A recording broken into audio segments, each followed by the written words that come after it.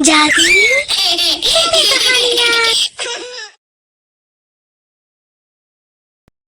Ruby, मैं मछली पकड़ने जा रही हूँ। तुम घर पर रहकर माँ का ध्यान रखना। अपनी सहेलियों के साथ बाहर घूमने मत चली जाना। अब तू मुझे बताएगी कि मुझे कहाँ जाना है कहाँ नहीं? तुम्हें तो पता ही है, माँ की तबीयत ठीक नहीं रहती। मेरे आने तक घर में ही रहना। सुबह सुबह लेक्चर देकर मेरा दिमाग मत खराब कर, समझी? जाकर अपना काम कर। दोनों को बहस करते देख सुष्मिता बोलती है, भगवान के लिए चुप हो जाओ। मुस्कान बेटा, तू चली जा, वरना तू लेट हो जाएगी। रूबी को समझाने से कोई फायदा नहीं है। इसे बाहर घूमने से फुर्सत मिले तभी तो अपने घर और मेरे बारे में सोचेगी। माँ, जब देखो मुस्कान की तरफदारी करती रहती हो। कभी कभी तो ऐसा लगता है मुस्कान नहीं बल्कि मैं तुम्हारी सौतेली बेटी हूँ। ये कहकर रूबी पैर पटकते हुए वहां से चली जाती है। फिर मुस्कान भी मछलियां पकड़ने चली जाती है। ऐसे ही कुछ दिनों के बाद मुस्कान अपने पुराने बक्से में कुछ ढूंढ रही थी कि तभी सुष्मिता उसके पास आती है और बोलती है, क्या हुआ बेटी, तुम इस बक्से में क्या ढूंढ रही हो?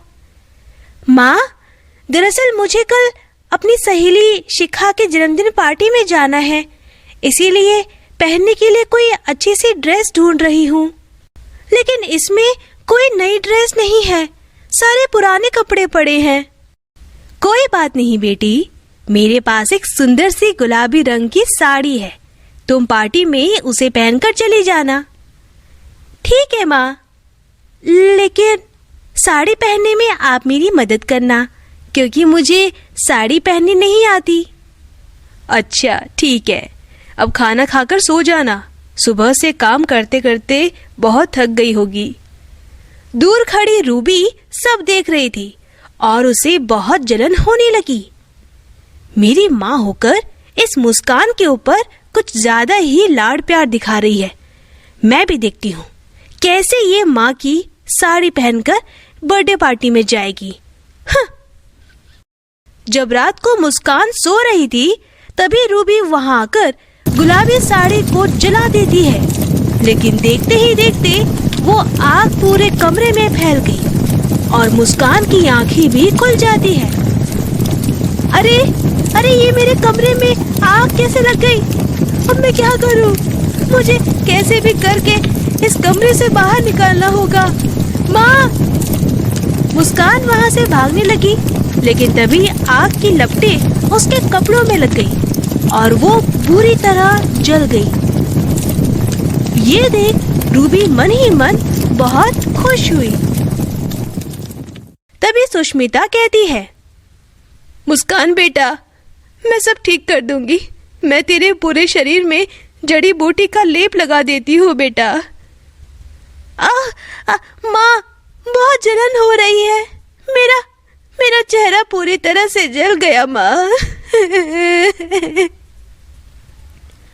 सुष्मिता मुस्कान के चेहरे में जड़ी बूटी का लेप लगा देती थी, लेकिन मुस्कान का जला हुआ निशान ठीक नहीं हुआ।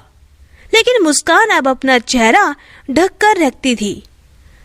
उसी गांव में जादूगरनी रहती थी। एक दिन वो नदी के पास बैठकर पानी पी रही थी। तभी एक बड़ी सी मछली आई और जादूगरनी का पर्स निकाल लिया। इससे पहले जादूगरनी उस मछली को पकड़ती, वो मछली चली गई। उतने में वहाँ मुस्कान मछली पकड़ने आती है।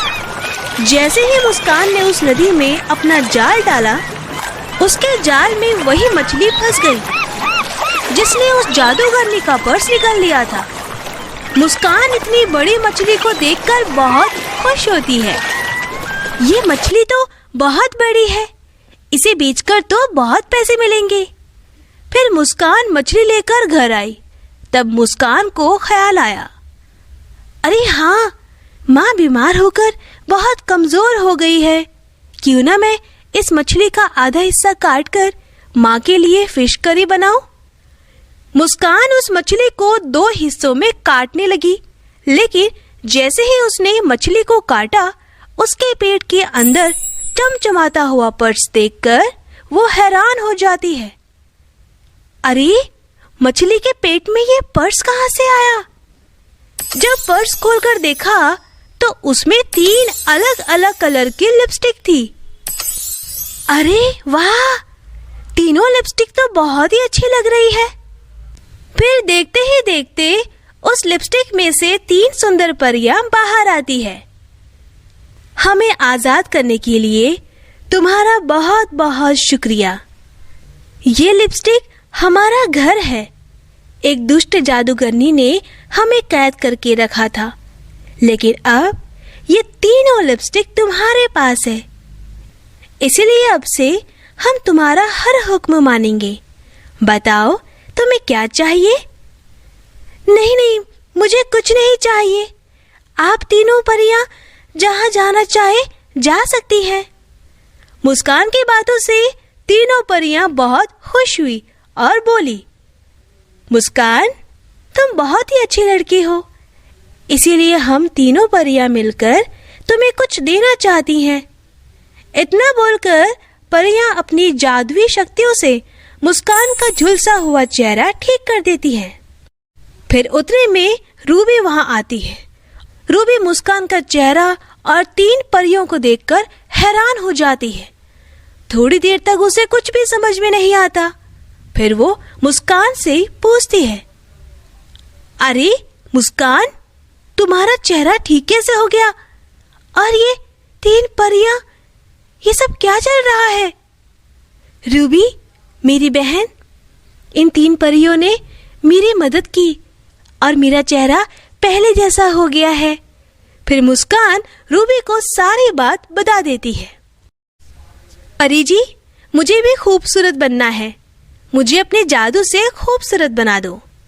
लेकिन रूबी, हम सिर्फ मुस्कान का ही हुक्म मानेंगे, क्योंकि हमारा लिपस्टिक घर मुस्कान के पास है। अच्छा, तो ये बात है। इतने में रूबी तीनों लिपस्टिक लेकर वहां से भाग जाती है और मुस्कान रूबी के पीछे भागती है। भागते भागते रूबी का एक्सीडेंट हो जाता है और रूबी हॉस्पिटल में एडमिट हो जाती है।